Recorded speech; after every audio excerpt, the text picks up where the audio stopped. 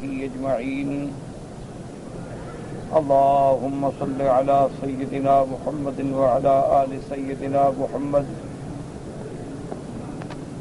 كما صليت على إبراهيم وعلى آل إبراهيم في العالمين إنك حميد مجيد. أعوذ بالله من الشيطان الرجيم. بسم الله الرحمن الرحيم. وعد الله الذين آمنوا منكم وعملوا الصالحات ليستخلفنهم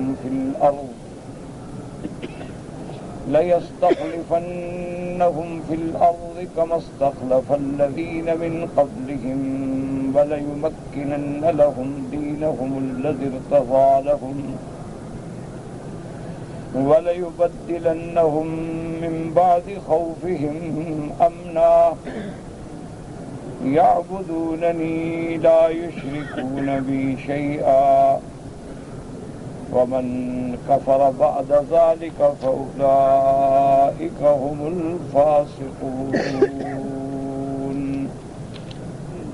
قال المؤلف المفسر رحمه الله تعالى: أدام النفع بعلومه وعلومكم في الدارين آمين، إلى أن قال: وقد روى الإمام أحمد وأبو داود والترمذي والنسائي من حديث سعيد بن جمحان عن سفينة مولى رسول الله صلى الله عليه وسلم أن رسول الله صلى الله عليه وسلم قال: الخلافة بعدي 30 سنة ثم تكون ملكا عزوزا. وقال الربيع بن أنس عن أبي العالية في قوله: وعد الله الذين آمنوا منكم وعملوا الصالحات ليستخلفنهم في الأرض كما استخلف الذين من قبلهم وليمكنن لهم دينهم الذي ارتضى لهم وليبدلنهم من بعد خوفهم أمنا. الآية. قال: كان النبي صلى الله عليه وسلم وأصحابه بمكة نحوا من 10 سنين يدعون إلى الله وحده وإلى عبادته وحده لا شريك له سرا، وهم خائفون لا يؤمرون بالقتال حتى أمروا بالهجرة إلى المدينة وقدموها فأمرهم الله بالقتال فكانوا بها خائفين يمسون في السلاح ويصبحون بالسلاح وصبروا على ذلك ما شاء الله. ثم إن رجلا من الصحابة قال: يا رسول الله صلى الله عليه وسلم، أبد الدهر نحن خائفون هكذا، أما يأتي علينا يوم نأمن فيه ونذر عنا السلاح؟ فقال رسول الله صلى الله عليه وسلم: لن تصبروا إلا يسيرا حتى يجلس الرجل منكم في الملأ العظيم مهتبيا ليست فيه حديدة. وأنزل الله هذه الآية فأظهر الله نبيه على جزيرة العرب فآمنوا ووضعوا السلاح. ثم إن الله تعالى قبض نبيه صلى الله عليه وسلم فكانوا كذلك آمنين في إمارة أبي بكر وعمر وعثمان رضوان الله عليهم أجمعين حتى وقعوا فيما وقعوا فيه فأدخل عليهم الخوف فاتخذوا الحجزة والشرطة وغيروا فغير بهم. وقال بعض السلف: خلافة أبي بكر وعمر رضي الله عنهما حق في كتاب الله. ثم تلا هذه الآية. اب مفسر رحمۃ اللہ علیہ آیت استخلاف پر اپنے دلائل کا ذکر فرماتے ہوئے احادیث مبارک نقل فرما رہے ہیں. تو جیسا کہ آپ نے الحمدللہ پڑھا ہے کہ اللہ نے وعدہ کیا اپنے پاک پیغمبر سے کہ آپ کی امت کو ہم خلافت فی الارض عطا فرمائیں، اور اللہ کا وعدہ سچا ہوا. رحمت دو عالم کی زندگی میں اللہ نے مکہ، جدہ، بحرین، یمن، کافی جزیرۃ العرب جو ہے وہ فتح ہو۔ اسی طرح پھر اللہ تبارک و تعالی نے اپنے وعدے کو پورا فرمایا کہ حضرت ابی بکر اور حضرت عمر اور حضرت عثمان خلفاء ثلاثہ رضوان اللہ علیہم اجمعین کے دور میں مشارق الارض و مغاربہا، یعنی پورا عرب اور اندلس، مغرب اسپانیہ اور ادھر سین، اور اس کے بعد ماوراء النہر، اہواز، خراسان، ماشاء اللہ اللہ تبارک و تعالی نے اپنے وعدے کو پورا فرمایا اور اسلام کو اللہ نے غلبہ عطا فرمایا۔ اب اس کے بعد دو حدیثیں ہیں جن میں آپ کو اور غور کرنا چاہیے۔ ایک حدیث مبارک میں تو حضور پاک نے ذکر فرمایا ہے کہ میرے بعد معاملات اور امر اسلام دین مسلمانوں کا خیر سے کامیاب رہے گا جب تک کہ ان پر 12 آدمی اللہ کی رحمت سے حکومت کریں گے، اور 12 کے 12 قریش میں سے۔ حضور صلی اللہ علیہ وسلم نے ان میں سے کسی کا نام نہیں دیا، تو اس لیے علماء حق یہ کہتے ہیں کہ ان 12 کا تخصیص جو ہے وہ اس طرح ہے کہ خلفائے راشدین کا دور، اس کے بعد پھر آہستہ آہستہ کبھی ایک آیا، کبھی دوسرا آیا، پھر کافی عرصہ نہ آیا، حتیٰ کہ قیامت کے آنے تک آخری جو ہوں گے وہ حضرت مہدی ہوں گے، امام مہدی ہوں گے، اور ان کا نام جو ہے وہ حضور صلی اللہ علیہ وسلم کے نام پر ہوگا، اور ان کی کنیت جو ہے وہ حضور صلی اللہ علیہ وسلم کی کنیت یعنی ابو القاسم ہوگی، اور وہ مکہ مکرمہ میں ما بین الحجر والاسود ما بین الرکنین یعنی کھڑے ہوں گے، اور اللہ تبارک و تعالی ان کی مدد فرمائیں گے، اور وہ بھی پورے عالم میں اللہ کی رحمت سے ظلم و جور کو مٹا کے عدل و قسط بھر دیں گے، اور حتیٰ کہ نازل ہوں گے سیدنا عیسیٰ ابن مریم۔ ایک بات یہ دماغ میں رکھ، اب اس میں جو بعض روافض نے اور شیعہ نے کہا کہ ہمارے یہ 12 امام ہیں،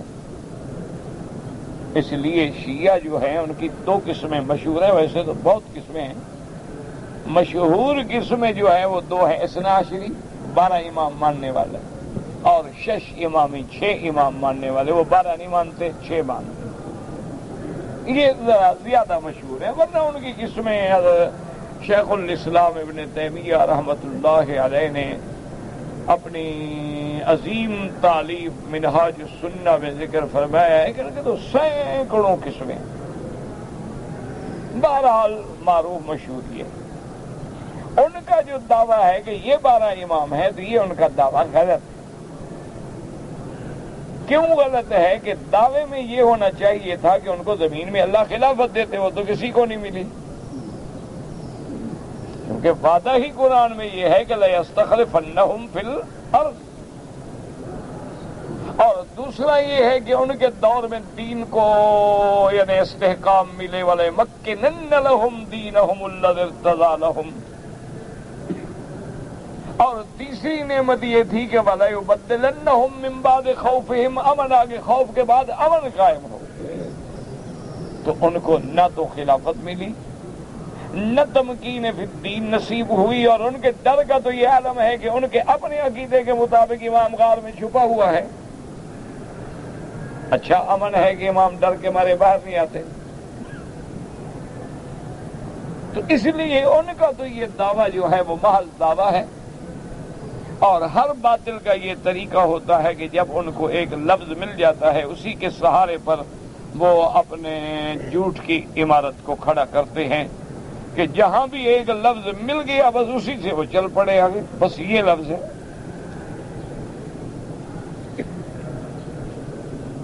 اور پھر اللہ کے قرآن میں بھی اور فرمان رسول عربی میں بھی تحریف کرتے ہیں۔ اب دیکھیں نا، بہت سارے لوگ ہیں جو اس آیت مبارک سے کہ قد جاءکم من اللہ نور و کتاب مبین، اس آیت سے حضور پاک کے نور ہونے کی دلیل پکڑتے ہیں۔ بھئی اگر اس آیت میں لفظ نور حضور کے نور ہونے کی دلیل ہے تو قل انما انا بشر مثلکم میں بشریت پر بھی تو آیت موجود ہے۔ قل سبحان ربی هل کنت الا بشر رسولا، وہاں بھی تو آیت موجود ہے۔ وما ارسلنا من قبلک الا رجالا نوحی الیہم، وہاں بھی لفظ رجل موجود ہے۔ اسی طرح سب سے پہلے اللہ تبارک و تعالی نے جب حضرت آدم علیہ السلام کو بنایا تو ان کے بارے میں بھی اللہ نے ارشاد فرمایا کہ آدم علیہ السلام جو ہے خلیفہ ہے، آدم علیہ السلام جو ہے بشر ہے، اور آدم علیہ السلام جو ہیں اللہ تبارک و تعالی کے نبی ہیں۔ تو صرف ایک لفظ کو پکڑ کے اپنی عمارت کھڑی کر دو اور سارے قرآن کو چھوڑ دو، تو یہ کوئی دلیل تو نہیں ہوتی کہ لفظ مل گیا 12 کا حدیث میں کہ 12 خلیفے آئیں گے، بس ان کو پکڑ کے کھڑے ہو جاؤ گے جی 12 ہمارے یہی امام ہیں۔ تو یہ تو ایک ایسی بات ہوتی ہے کہ، اور یہ ہر باطل کا قاعدہ ہے، اللہ سب کی ہدایت کے فیصلے فرمائیں کہ وہ اپنے منشے کا ایک لفظ پکڑ لیں گے۔ حدیث مبارک میں ایک لفظ آ جائے گا، اسی کو پکڑ کے بیٹھ جائیں گے، باقی ساری حدیثیں جو ان کے خلاف ہو اس کو چھوڑ دیں گے۔ حالانکہ منصف انسان کا یہ کام نہیں ہوتا۔ جس کو اللہ نے عقل سلیم دیا ہو، جس کو اللہ تبارک و تعالی نے ایمان کی دولت سے نوازا ہو، جس کو اللہ تبارک و تعالی نے صحیح فیصلے پہ پہنچنے کی توفیق دی ہو، تو ساری احادیث کو، سارے آیات مبارک کو، سارے احکام کو سامنے رکھ کے پھر بات کرتے ہیں۔ اچھا، اسی طرح ہم نے بڑے واضح الفاظ میں کہہ دیا کہ اہل سنت جو ہیں وہ اپنے خلفاء کو منسوخ نہیں سمجھتے کہ اللہ قرآن میں نام لے کے حکم دے۔ اچھا، 12 ماننے والے تو منسوخ سمجھتے ہیں، تو کوئی آیت تو پڑھے نا جس میں 12 کا نام ہو۔ اچھا، آیت اگر نہ پڑھ سکیں، حضور صلی اللہ علیہ وسلم کا فرمان ہی دکھا دیں جن میں آپ نے ان 12 کا نام لیا ہو، کیونکہ ان کے نزدیک تو منسوخ ہونا ضروری ہے کہ نص ہو۔ اچھا، اگر حضور صلی اللہ علیہ وسلم کا فرمان بھی نہ دکھا سکیں تو کم از کم سیدنا علی رضی اللہ تعالی عنہ کا فرمان دکھا دیں کہ بھئی حضرت علی پاک نے فرمایا ہو کہ اس طرح خلیفے ہوں گے، پہلا میں ہوں گا، دوسرا کون ہوگا، تیسرا کون ہوگا، 12 گنے۔ تو اگر قرآن بھی ان کی تائید نہ کرے اور حدیث رسول عربی صلی اللہ علیہ وسلم بھی تائید نہ کرے اور اقوال سیدنا علی رضی اللہ تعالی عنہ بھی تقلید نہ کریں، تو پھر اس کے بعد بلا وجہ ہے کہ دعویٰ لے کے کھڑے ہو جانا کہ 12 اور 12 اور 12۔ یہ تو بالکل اسی طرح ہے کہ جیسے کسی ایک مولوی صاحب ہوتے تھے، میرے خیال میں مر گئے ہیں، وہ عجیب آدمی تھا، اللہ کا بندہ۔ اس کو کسی آدمی نے پوچھا، اس نے چٹ بھیجا یا پتہ نہیں پوچھا یا سوال کیا، بہرحال اس نے کہا کہ جناب یہ جو ہم 11ویں شریف بناتے ہیں، 11ویں شریف کا 11ویں کی رات دودھ تقسیم کرتے ہیں، خیرات کرتے ہیں اور پیران پیر کی روح کو ثواب بخشتے ہیں، تو یہ وہابی وغیرہ ہمیں بڑا تنگ کرتے ہیں، حضرت بھی مہربانی کر کے اس کی قرآن و حدیث سے دلیل دیں۔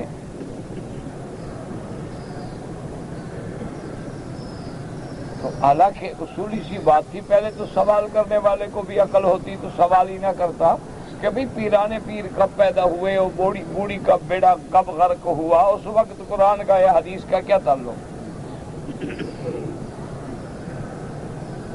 لیکن اس نے تو سوال پوچھنا تھا، کیونکہ ان کے نزدیک تو 11ویں شریف اتنا مقدس ہے، اللہ معاف کرے کہ رمضان کی چائے خیرات نہ کریں لیکن 11ویں کی تو ضرور کریں گے. تو مولوی صاحب نے جناب فوراً کہا خدا کے بندے وہابیوں کو کیا پتا ہے، ان کو تو کوئی علم ہے نہیں، یہ تو قرآن میں 11ویں شریف موجود ہے. اب جناب آگے بجبہ بیٹھا ہوا ہے، نعرے لگنے شروع ہو گئے، ماشاءاللہ ماشاءاللہ، مفکر اسلام، غزالی دوران، مناظر اسلام زندہ باد. حضرت نے آیت پڑھی قرآن سے کہ اللہ کے قرآن میں ہے، وہابیوں سے بھی پوچھ لو کہ انی رأیت احدا عشرہ کتنے ہوتے ہیں؟ سب نے کہا 11. اس نے کہا 11ویں زندہ باد. بس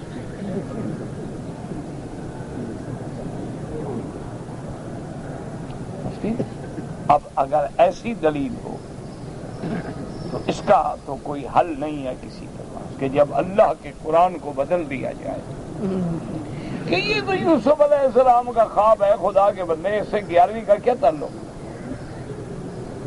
اور پھر آگے پڑھو 11 کوكبا والشمس والقمر، صرف 11 تو نہیں ہے، وہ تو 13 بنتے ہیں. تو تم 13ویں مناؤ، 11ویں پہ کیوں رک گئے؟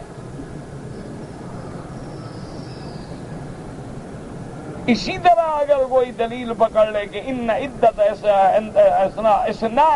شہرا، ان عدت الشہور عند اللہ 12 شہرا، تو وہاں بھی 12 ہے لیا تھا، 12ویں ثابت ہو گئی، 12 امام ثابت ہو گئے. یہ تو کوئی بات نہ ہوگی کہ چونکہ سال کے مہینے 12 ہیں لہذا امام بھی 12.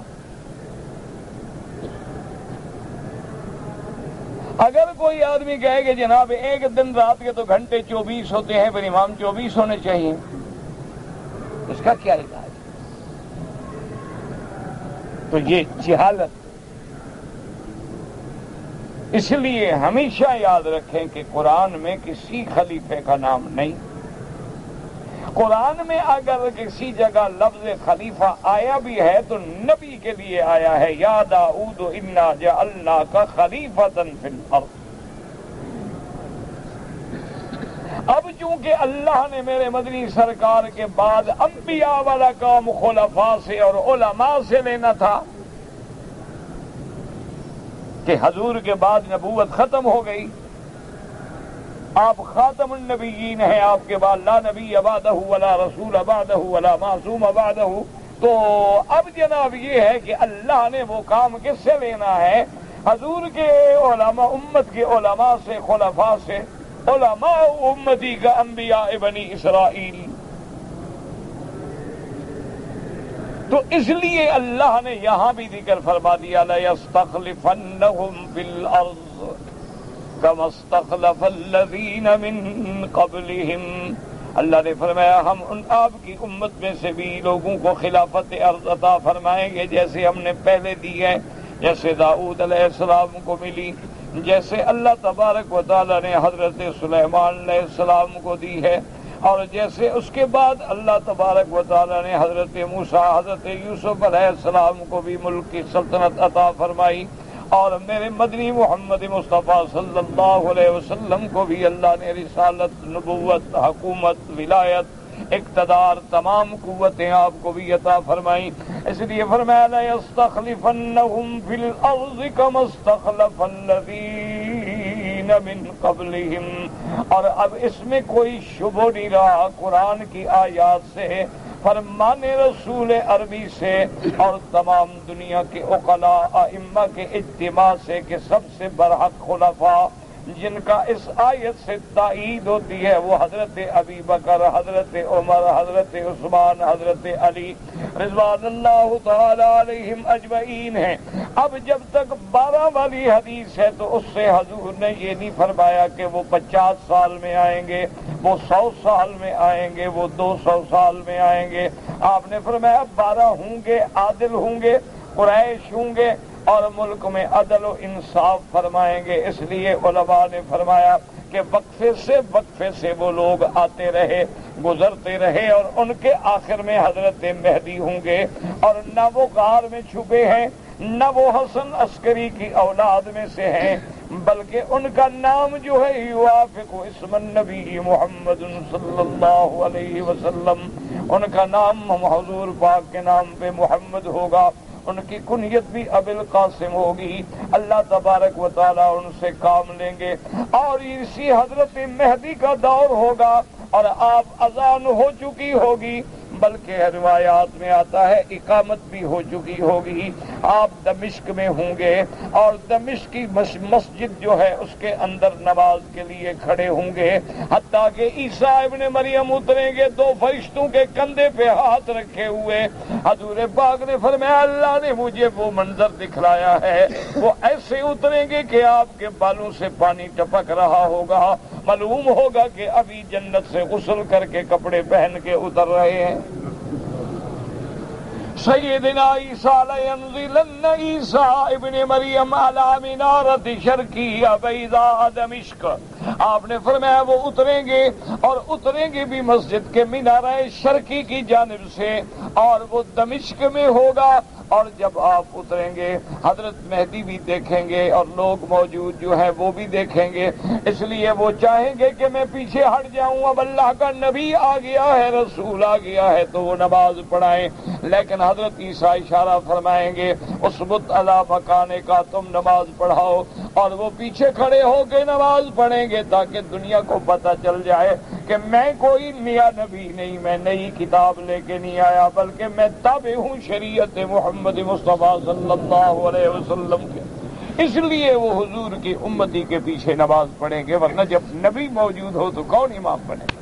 اللہ کا پیغمبر موجود ہو تو پھر امتی تو امام نہیں بنتے، امامت کا مقام تو نبی کا ہوتا ہے۔ لیکن حضرت عیسیٰ علیہ السلام، اور پھر آپ نے یہ بھی خبر دی کہ سیدنا عیسیٰ ابن مریم اپنے زمانے میں لیکسرن الصلیب، وہ صلیب کی شوکت کو توڑ ڈالیں گے، یقتل الدجال، دجال کو قتل کر دیں گے، حتیٰ کہ حضور نے وہ جگہ بھی بتائی کہ حضرت عیسیٰ چلیں گے دجال کو ڈھونڈنے کے لیے، باب لد میں اس کو پائیں گے، وہ دجال جب آپ کو دیکھے گا تو ایسے گلنا شروع ہو جائے گا جیسے نمک پانی میں گل جاتا ہے، تو حضرت عیسیٰ ابن مریم اس کو بھی قتل کریں گے، اور اس کے بعد حضرت عیسیٰ ابن مریم کے دور میں یاجوج و ماجوج کا اخراج ہوگا، پھر حضرت عیسیٰ کی دعا سے اللہ ان کو بھی ہلاک فرمائیں گے، اور اس کے بعد حضور نے فرمایا کہ عیسیٰ ابن مریم لَيَمْلَأَنَّ الْأَرْضَ قِسْطًا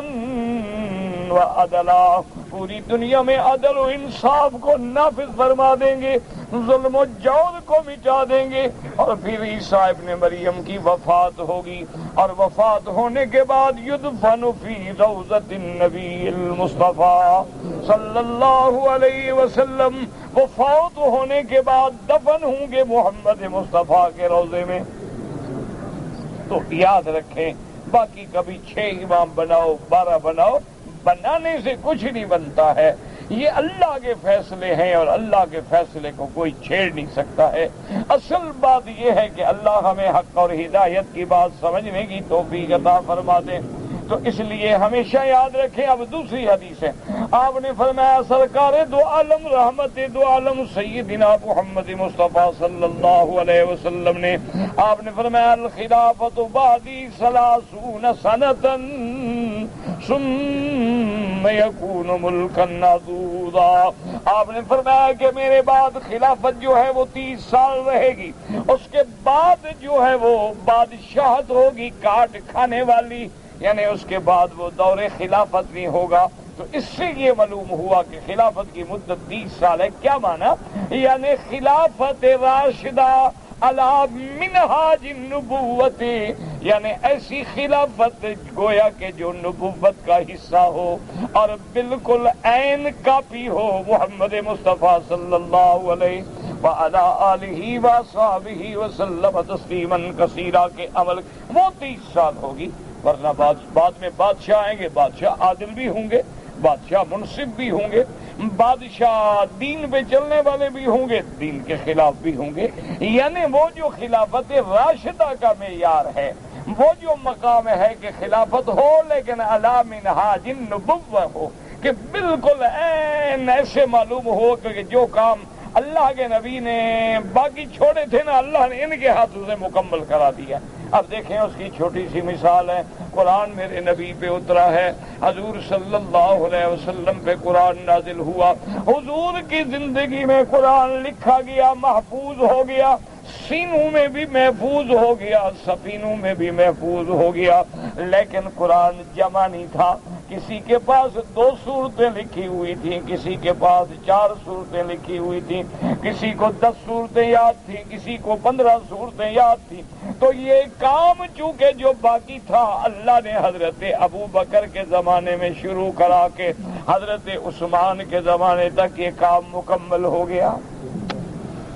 تو گویا یہ کام تو ایسا تھا نا جو اللہ کے نبی کے دور کا تھا کہ قرآن میرے مدنی پہ اترا ہے، لیکن قرآن موجود ہے اور قرآن لکھا گیا ہے، لیکن جمع نہیں ہوا تھا۔ تو سب سے پہلے کام شروع ہوا حضرت ابو بکر کے زمانے میں، اور اس کے بعد انتہا ہوئی حضرت عثمان کے زمانے میں رضی اللہ تعالی عنہ۔ تو اللہ نے یہ نبوت والا کام جو ہے خلفاء سے لے لیا تھا۔ اسی طرح مسیلمہ ابن الکذاب، اللہ اکبر، لعنت اللہ علیہ، اس نے حضور کے زمانے میں نبوت کا دعویٰ کر دیا کہ میں بھی نبی ہوں۔ جب آدمی کا عقل بگڑ جائے نا جی، دعویٰ کرنے کو دیر لگتی ہے۔ آج آپ دیکھیں کتنے لوگ ہیں نماز نہیں پڑھتے، روزہ نہیں رکھتے، شریعت کے خلاف شکل ہے، شریعت کے خلاف عمل ہے، پوچھو کہتے ہیں سبحان اللہ حضرت ولی ہیں، یہ اچھا ولی ہے، داڑھی منڈانے والا ولی ہو گیا۔ تو بہرحال یعنی اب آپ دیکھیں کہ وہ حضور کے زمانے میں، اچھا اس نے حضور کو پیغام بھیجا، حضور صلی اللہ علیہ وسلم کو پیغام بھیجا، کہنے لگا کہ آپ سے میں صلح کرنے کے لیے تیار ہوں، اور آپ جانتے ہیں کہ میرے پاس 70,000 تو صرف لڑاکا فوج ہے۔ وہ ایسا کمزور نہیں، بڑی طاقت تھی، یہ یمامہ کرانے والا تھا بنو حنیف سے۔ تو آپ صرف اتنی مہربانی کر دیں کہ آپ یہ فیصلہ فرما دیں کہ آپ کے بعد میں خلیفہ بن جاؤں بس، اور میں آپ کو مان لیتا ہوں اور نبوت شبوت اپنی میں چھوڑ دیتا ہوں۔ وہ تو گھر کی بنائی ہوئی ہے نا، کوئی اللہ کی دی ہوئی تھوڑی ہے کہ آدمی نہیں چھوڑ سکتا۔ حضور صلی اللہ علیہ وسلم نے بڑی سختی سے جواب دیا اور نے فرمایا تم تو خلافت مانگتے ہو نا، مجھ سے یہ لکڑی بھی مانگو تو میں تمہیں نہ دوں، تم تو مرتد ہو، کیا کہتے ہو؟ اور پھر خلافت دینا کو میرے ہاتھ میں ہے کہ میں تمہیں خلیفہ بنا، یہ تو اللہ کا فیصلہ ہے، جس کو چاہیں گے بنائیں گے۔ تو حضور کے دور میں ہی وہ ٹکرا گیا تھا۔ تو اس کا قلعہ کما کرنے والے کون ہیں؟ حضرت ابو بکر۔ تو یہ نبوت کے دور کا جو کام تھا ابو بکر کے زمانے میں مکمل۔ اسی طرح سے آپ دیکھیں کہ حضور نے فرمایا تھا کہ اخرج الیہود والنصارى عن جزیرۃ العرب، کہ جزیرہ عرب میں یہود اور نصارہ کو نہ آنے دو۔ یہ یہود بڑی سازشی قوم ہے، اسی لیے جو لوگ تاریخ پڑھتے ہیں وہ جانتے ہیں کہ ایک بہت پرانا جو ان کا تقریباً پہلا پریزیڈنٹ گزرا ہے بنجامین، اس نے اپنی پارلیمنٹ میں اور اپنے سینیٹر سے جب خطاب کیا تھا تو اس نے اس میں کہا تھا کہ یہودیوں کو اپنے ملک میں نہ آنے دو ورنہ ایک دن تمہارے لیے عذاب بن جائے۔ آج دیکھ لیں یہودی ساری دنیا کے لیے عذاب بنا ہوا ہے کیا؟ علامہ اقبال دیکھیں مرد کلندر کتنا دور کی فکر تھی، وہ پہلے اپنی زندگی میں کہہ گیا جب یورپ کے دورے سے واپس آئے، انہوں نے کہا کہ جان افرنگ پنجہ یہود میں ہے۔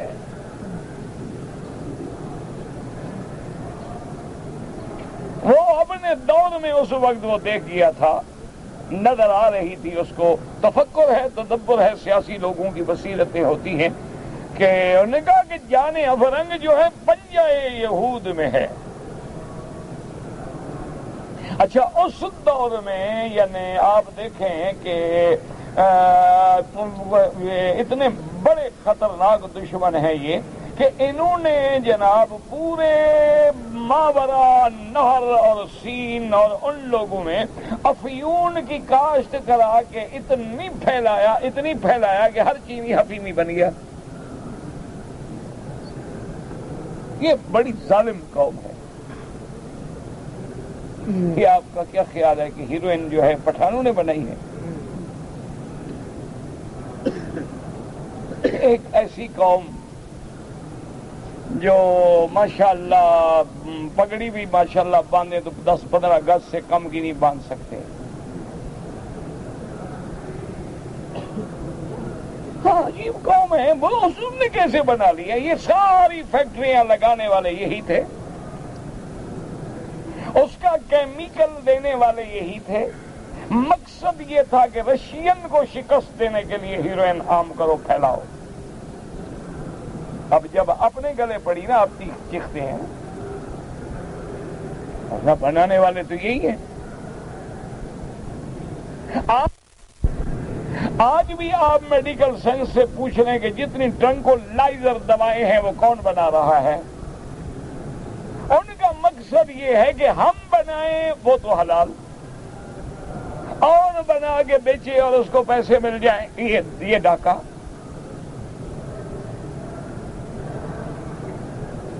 یہ ایسی یعنی قوم ہے، اللہ تبارک و تعالی ان کے فتنوں سے محفوظ رکھے. آج پوری دنیا میں آپ دیکھ لیں کہ انہوں نے یعنی ایک اخبار نے پورے عالم اسلام کو بے چین کر دیا. دیکھیں نا دماغ کے فتنہ دیکھیں نا. اچھا اب ہم تو حضرت عیسیٰ کی شان میں گستاخی کر نہیں سکتے. دیکھو نا اگر یہ ہندوؤں کے خلاف کوئی کارٹون بناتے وہ تو حضرت عیسیٰ کا بنا دیتے، 2 منٹ میں ٹھیک ہو جاتا ہے. یہ سکھوں کے خلاف بناتے تو وہ جناب ان کے اور کسی پیغمبر کا بنا دیتے، حضرت موسیٰ علیہ السلام کا بنا دیتے تو ان کا ہوا نکل جاتی. اب ہم تو مجبور ہیں، ہمارے لیے حضرت عیسیٰ بھی پیغمبر، حضرت موسیٰ علیہ السلام بھی پیغمبر. ہم تو کسی پیغمبر نبی کی توہین کر ہی نہیں سکتے، سوچ ہی نہیں سکتے. جیسے سرکار دو عالم کی توہین کفر ہے، اسی طرح ہر پیغمبر کی توہین کفر ہے. ہم تو مجبور ہیں، ہماری مجبوری سے کھیل رہے ہیں. اور مسلمان قوم جو ہے ماشاءاللہ جب ان کو جوش آتا ہے تو ہوش ختم. اخبار چھاپنے والے اپنے ملک میں ہیں، یہ اپنے گھر کو آگ لگا رہے ہیں. اخبار میں کارٹون بنانے والے محلوں میں محفوظ بیٹھے ہوئے، انہوں نے اپنی سڑکیں توڑ ڈالی، اپنی گاڑیوں کو آگ لگا دی، اپنے محلات کو آگ لگا دی. پوری دنیا کو تاثر دیا کہ مسلمان ایسا ہے، حجر اسود پہ بھی لڑتا ہے، نبی کی عزت پہ کھڑا ہو پھر بھی لڑتا ہے.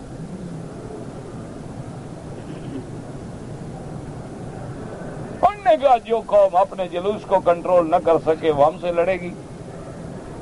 اچھا حالانکہ اس میں جلوس والوں کا قصور نہیں ہوتا، شرارت کرنے والے تو اور ہوتے ہیں شیطان، وہ تو کرائے کے لوگ ہوتے ہیں، اسی کام کے لیے آتے ہیں. ان کو پیسہ دیا جاتا ہے کہ جلوس مشتعل ہے، بس انگاری ایک چنگاری ڈالنے کی ضرورت ہے. پھر کون دیکھتا ہے؟ پھر مسلمان دیکھنے سے شروع ہوتا ہے. ہماری قوم ایسی ہے ماشاءاللہ، اللہ کا سجدہ چھوڑ دے گی، قبر کا نہیں چھوڑے گی. تو اس لیے ہمیشہ یاد رکھیں کہ یہ سارے مسائل جو ہیں وہ ایسے نہیں ہوتے.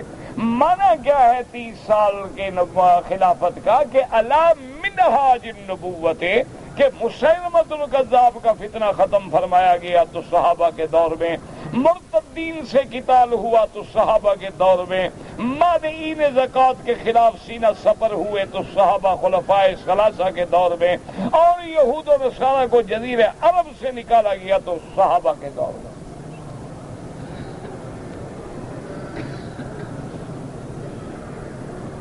تو اس لیے یاد رکھیں کہ ان آیات مبارکہ سے خلافت خلفائے راشدین جو ہے وہ ایسے چمک رہی ہے جیسے آسمان پہ سورج چمکتا ہو. اگر کوئی آدمی اندھا ہو کہ نہ دیکھنا چاہے تو پھر یہ اس کا اپنا قصور ہے. اس لیے سمجھ لیں کہ 12 والی حدیث بھی سچی ہے، 12 خلیفے ہوں گے اور آخری حضرت مہدی ہوں گے، پہلے حضرت ابو بکر تھے. 30 سال والی حدیث مبارک بھی صحیح ہے کہ الا من خلافت راشدہ الا منہاج النبوہ جو ہے وہ اتنی ہوگی. آگے جا کے پھر دور بدلے گا اور پھر بادشاہت آئے گی. اور یہ ضروری نہیں ہوتا کہ ہر عامر اور ہر بادشاہ غلط ہو، یہ بات نہیں. بادشاہ ایسے بھی گزرے ہیں، حضرت سلیمان بھی تو بادشاہ ہیں، حضرت داؤد علیہ السلام بھی تو بادشاہ بنے، حضرت یوسف علیہ السلام بھی تو بادشاہ بنے. تو اس کا معنی یہ نہیں ہوتا دنیا میں نہ ملوکیت غلط ہے، نہ خلافت غلط ہے، نہ کوئی. اصل بات یہ ہے کہ اس کے چلانے والا کون.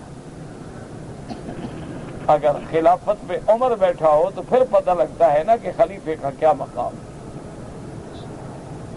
اور اگر ایسے آپ نام کسی کا خلیفہ رکھ لیں اور دیکھیں کہ دشمن نے کیسا انتقام لیا ہے آپ سے.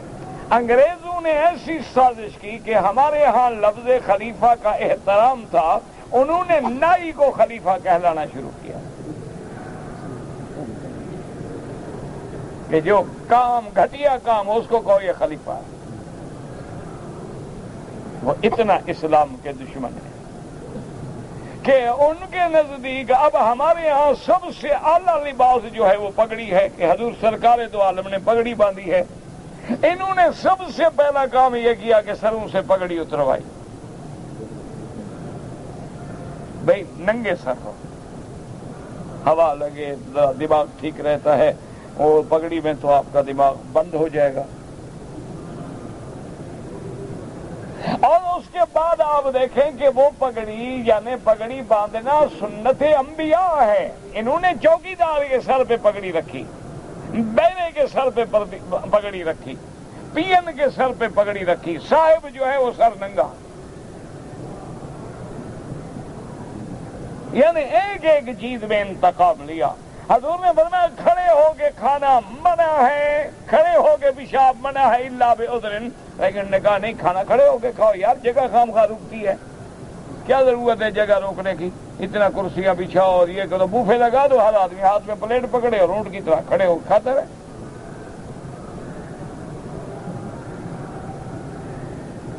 اسلام نے سکھایا تھا کہ مل کے کھاؤ برکت ہوگی. جراثیم ہو جاتے ہیں، بندے مر جائیں گے اکٹھے کھاؤ گے تو. ہر آدمی پلیٹ اپنی ہاتھ میں پکڑے ہندو کی طرح، ایک کا منہ ادھر ہو ایک کا ادھر ہو.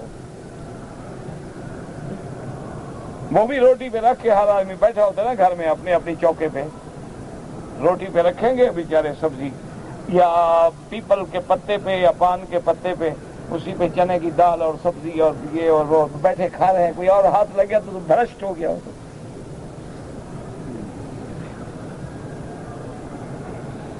اچھا اب اگر آپ احتیاط ہی نہ کرتے، انہوں نے ڈسپوزیبل چیزیں بنا دی، گلاس پانی بھی پھینک دو، ہاں اور کوئی منہ نہ لگائے مر جائے گا. لیکن عورت ایک ہو اور اس کے یار 11 ہوں تو وہ تو نہیں مرتے، ایک ہی جگہ منہ لگا رہے ہیں.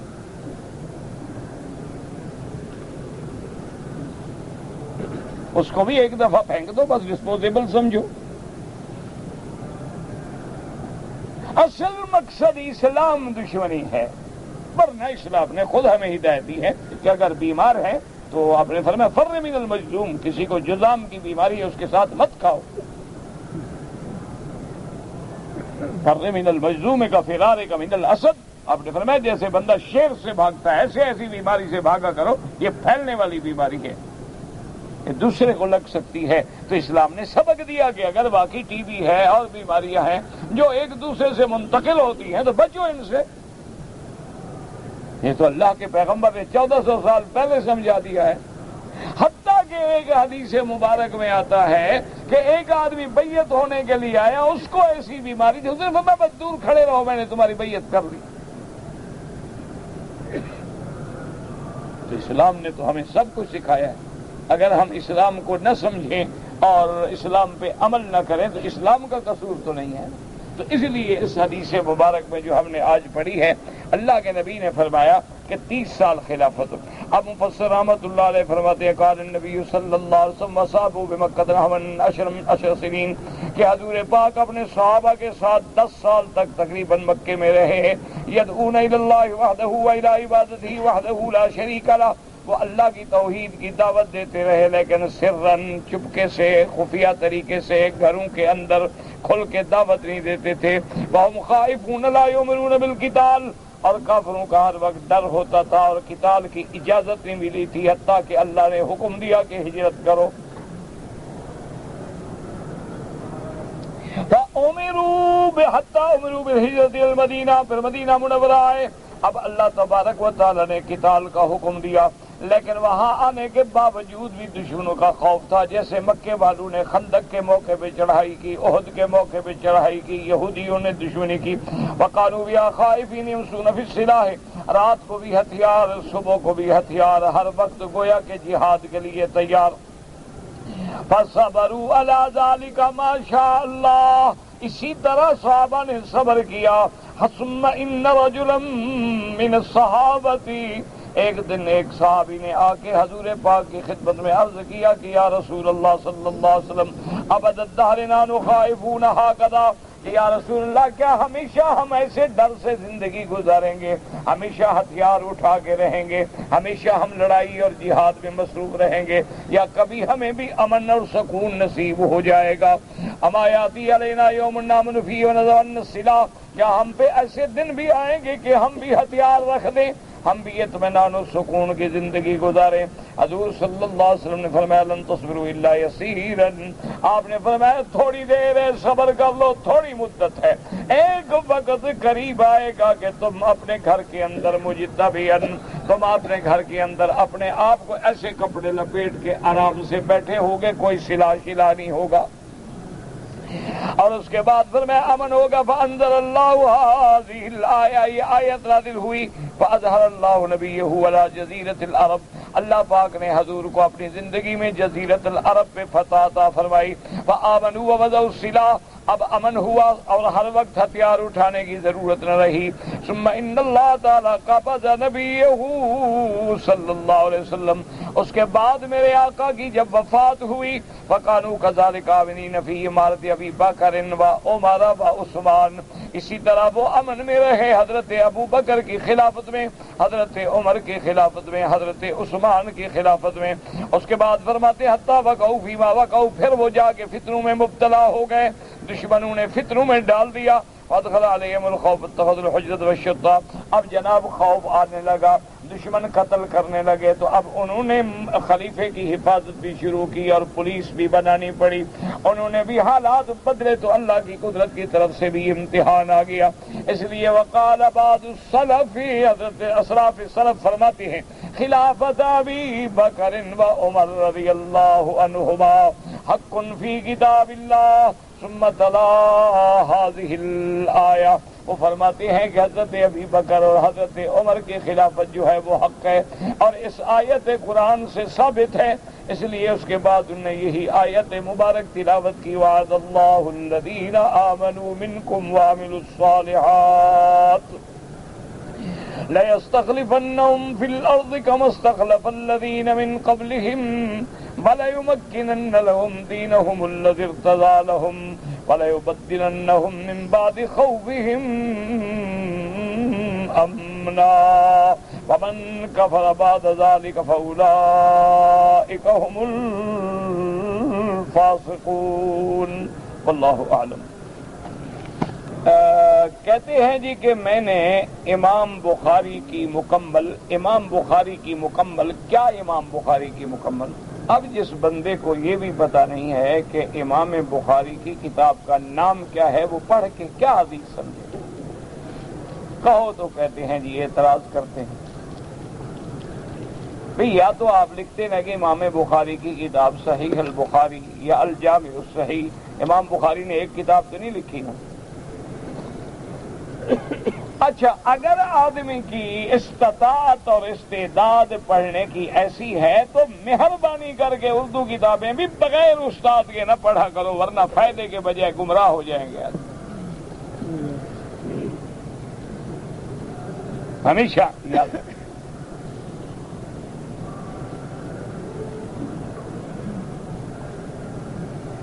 کیونکہ آج کل بڑے بڑے دعوے دار ہوتے ہیں۔ ایک دفعہ ایک عالم کی خدمت میں ایک پروفیسر صاحب تشریف لائے، اتفاق سے بات چل نکلی تو انہوں نے کہا جی میں پروفیسر ہوں، میں نے یہ ڈگری کی، یہ ڈگری کی، یہ ڈگری کی، اور آج کل جو ہے میں قرآن پاک کا ترجمہ لکھ رہا ہوں، تو انہوں نے فرمایا شفقت سے، محبت سے کہ پروفیسر صاحب آپ قرآن کا ترجمہ کر رہے ہیں تو کسی قرآن والے سے تعلق رکھو، کسی عالم کے ساتھ جڑ جاؤ۔ اس نے کہا حضرت مجھے عربی زبان میں ماشاءاللہ عبور ہے، میں نے اتنی کتابیں پڑھی ہیں، تو اس میں کسی مولوی کے پاس جانے کی کیا ضرورت ہے؟ آپ نے سنا اچھا قرآن میں آتا ہے یصلح لکم اعمالکم، اس کا کیا ترجمہ ہے؟ قرآن کا لفظ ہے یصلح لکم اعمالکم، اس کا کیا ترجمہ ہے؟ انہوں نے کہا اللہ تمہارے اعمال کی اصلاح کر دیں گے۔ انہوں نے کہا پھر اسی طرح ترجمہ کرو گے، نہیں یہ پروفیسر والا ترجمہ ہے، یہاں یصلح اصلاح کے معنی میں نہیں، یہاں تو قبول کرنے کے معنی میں۔ تمہیں ایک لفظ تو آ گیا کہ یصلح ہے، لیکن اب آگے تو پتہ نہیں نا کہ یہ لفظ یصلح کہاں استعمال ہو رہا ہے۔ اسی طرح لفظ رویا، آپ نے فرمایا اس کا کیا معنی ہے؟ انہوں نے کہا جی خواب۔ تو آپ نے فرمایا اگر رویا کا معنی ویسے دیکھنا ہو تو پھر کیا کریں گے، کیسے فرق کریں گے کہ یہاں خواب معنی لیا جائے یہاں دیکھنا لیا جائے؟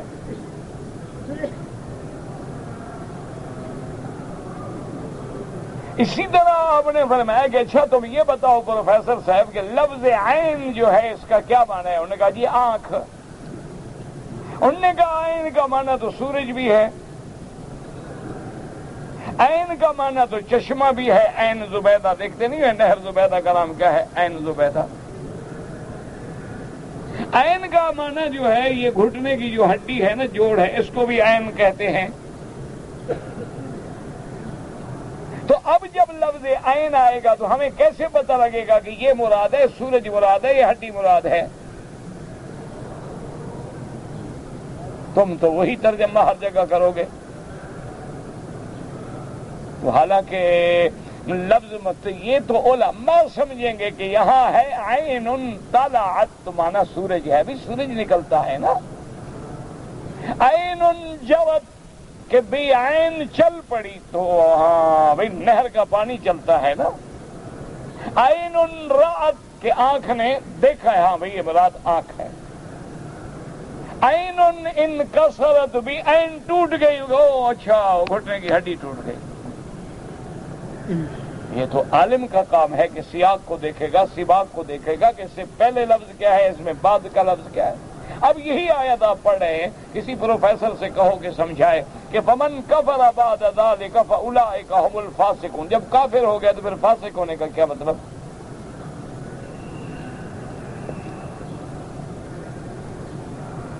اچھا قرآن میں آتا ہے کہ من لم یحکم بما انزل اللہ، جو اللہ کی اتاری ہوئی کتاب کے مطابق فیصلے نہ کرے وہ کیا ہے؟ آتا ہے کافرون، آتا ہے ظالمون، آتا ہے فاسقون۔ کیا معنی؟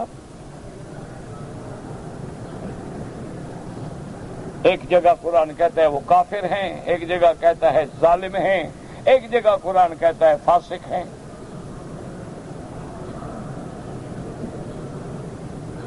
تو اللہ کے بندے اصولی بات ہے، میرا مشورہ یہ ہے میرے عزیز کہ تم اگر اردو کی کتاب صحیح البخاری کا ترجمہ لینا چاہتے، مجھے نہیں پتا 2 جلدوں میں ہوا ہے 3 جلدوں میں ہوا ہے، کیونکہ یہ جلدیں جو ہیں مختلف ہوتی ہیں۔ ہم جب کتابیں پڑھتے تھے بخاری شریف ایک ہی کتاب ہوتی تھی، او ماشاءاللہ اتنے بڑے صفحے پر ایک ہی جلد میں ساری بخاری شریف تھی۔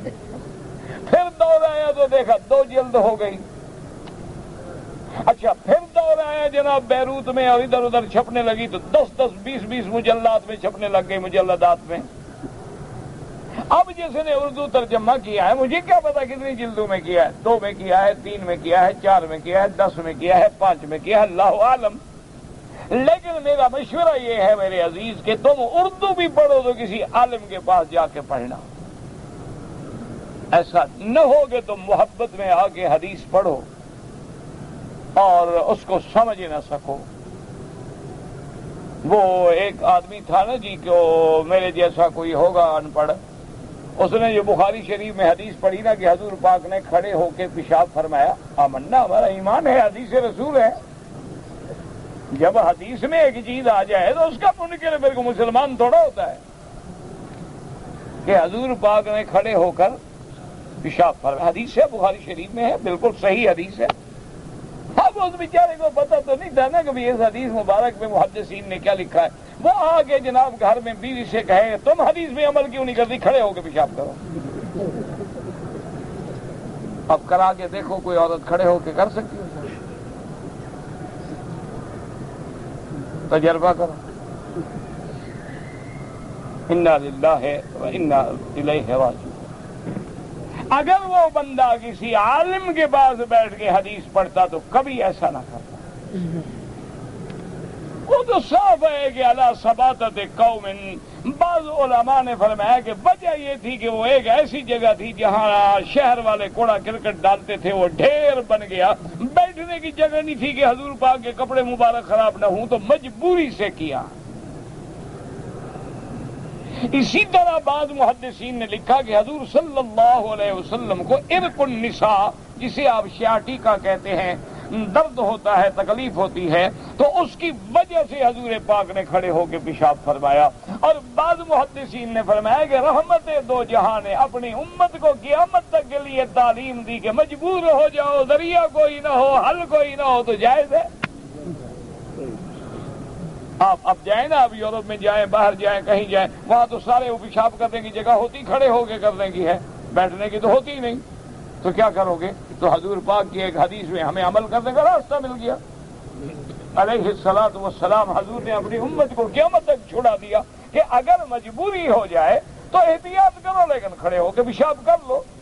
اچھا، اب ویسے بھی ڈاکٹر کہتے ہیں کہ اگر آپ ایئرپورٹ پہ ہیں یا ہسپتالوں میں ہیں یا آپ کسی مسافر خانوں میں ہیں تو وہاں کے حمامات پہ بیٹھنا جو ہے بڑا خطرہ ہے. خدا نہ کرے آپ سے پہلے کوئی ایڈز والا بیٹھا ہو، خدا نہ خواستہ آپ سے پہلے کوئی اور موذی مرض والا بیٹھا ہو. وہ کہتے ہیں وہاں بھی کھڑے کھڑے پیشاب کر لو، بیٹھو نہیں. یا پھر یہ ہے کہ اپنے ٹشو اتنے لے جاؤ کہ ان کے اوپر بچھا کے اس کے اوپر بیٹھو. تو اصل بات یہی ہے میرے عزیز، آپ بخاری شریف پڑھیں، اللہ آپ کو توفیق دے، اللہ آپ کو عمل کرنے کی، آپ کو مجھے بھی، اور تمسک بالکتاب و سنہ کی توفیق دے. لیکن کسی عالم سے پڑھنا، صرف ترجمے پہ زور نہ رکھنا. ایک دفعہ میں نے دیکھا تھا اردو ترجمہ تفسیر ابن کثیر کا، اچھا پتہ نہیں کس نے ترجمہ کیا، نام تو مجھے بھول گیا. ماشاءاللہ جو ترجمہ مشکل ہو وہ کرتا ہی نہیں تھا، جو الفاظ مشکل آئے وہ پی جاتا.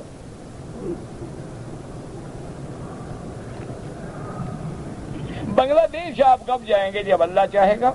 آپ دعا کریں اللہ اسباب پیدا کر دے. میں تو چاہتا ہوں لیکن میرے ہاتھ میں نہیں.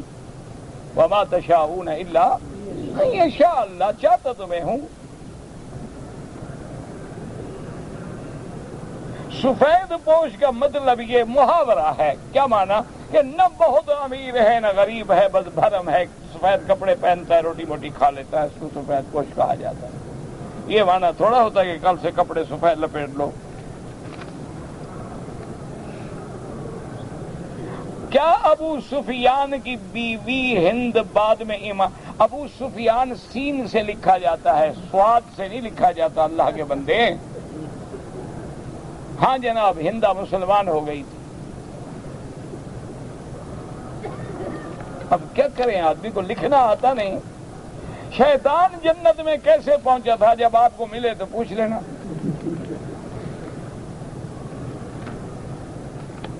وہ قرآن پڑھا کرو نا. فوسوس لہم الشیطان، وسوسہ ڈالا. کہیں کھڑا رہے وسوسہ ڈالا جا سکتا ہے.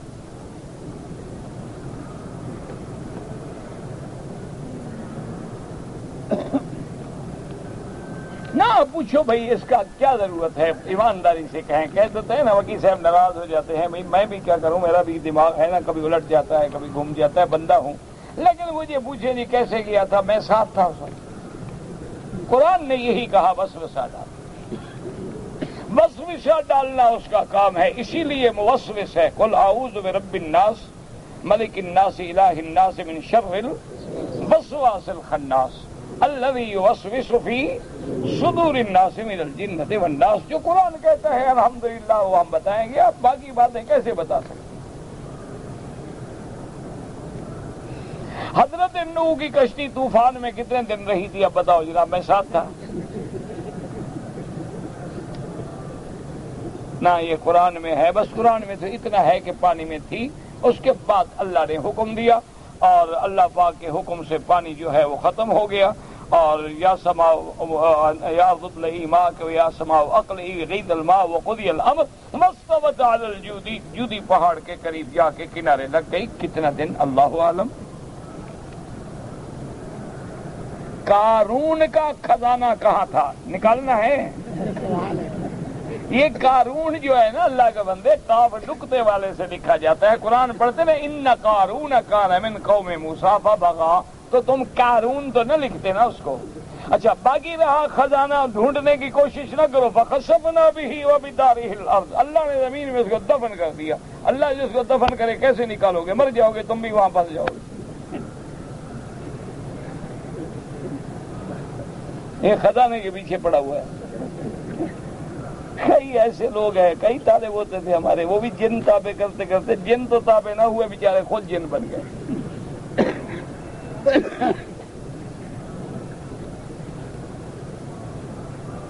کہتے جی میں نے دیکھا تھا مسجد کے دروازے پہ لکھا ہوا تھا کہ قراءۃ الامام والی جو حدیث ہے وہ ضعیف ہے۔ قرآن تو ضعیف نہیں نا، اذا قرئ القرآن فاستمعوا له وانصتوا، یہ تو ضعیف نہیں۔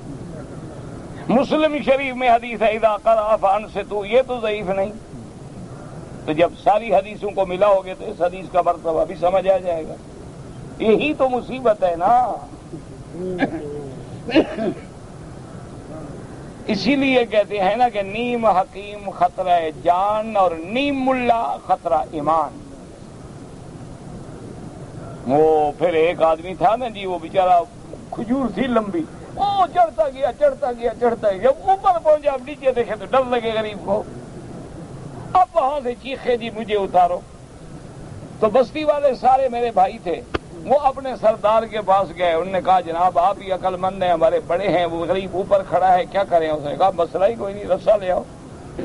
رسا لے آئے جناب، پھینک پھینک کے پہنچایا اس کو، کہا کمر میں باندھ لو، اس نے باندھے، کہا بس کھینچ لو، کھینچا بھر گیا۔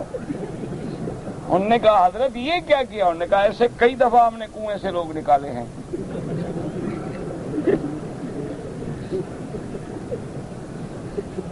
وہ فاصلہ تو اتنا ہے نا، ادھر بھی فاصلہ ہے، کنویں میں بھی فاصلہ ہوتا ہے، نیچے اوپر کا فرق اس نے نہیں کیا۔ انا للہ و انا الیہ۔ دعا کرو اللہ ہمیں قرآن و سنت پہ چلائے، قرآن و سنت کا فہم عطا فرمائے، قرآن و سنت کی اتباع عطا فرمائے، اور سمجھنے کی بھی توفیق عطا فرمائے۔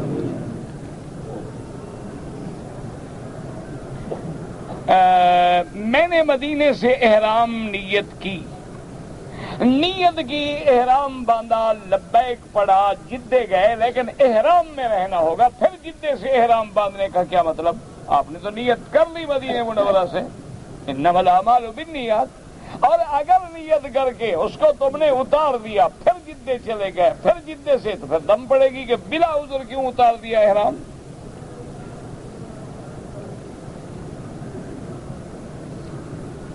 اگر کسی آدمی کا کسی عورت سے ناجائز تعلق تھا، وہ بعد میں نکاح کرنا چاہے تو ہو سکتا ہے، جب حرام کرتے رہے مولوی سے نہیں پوچھا، اب حلال کرنا ہے تو پوچھ رہے ہو۔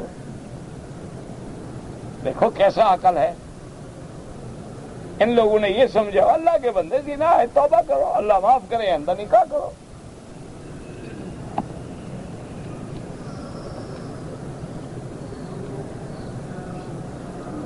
میری والدہ، میرے بھائی بہن میرے ساتھ اچھا سلوک نہیں کرتے، دعا کرو، اور اللہ کے اسماء ہیں یا لطیف ہو یا ودود، یا لطیف ہو یا ودود، کثرت سے پڑھا کرو اور دعا مانگتے رہو کہ اللہ ان کے دل میں محبت ڈال، ہمارا اتفاق ہو، الف بین قلوبنا اصلح ذات بیننا۔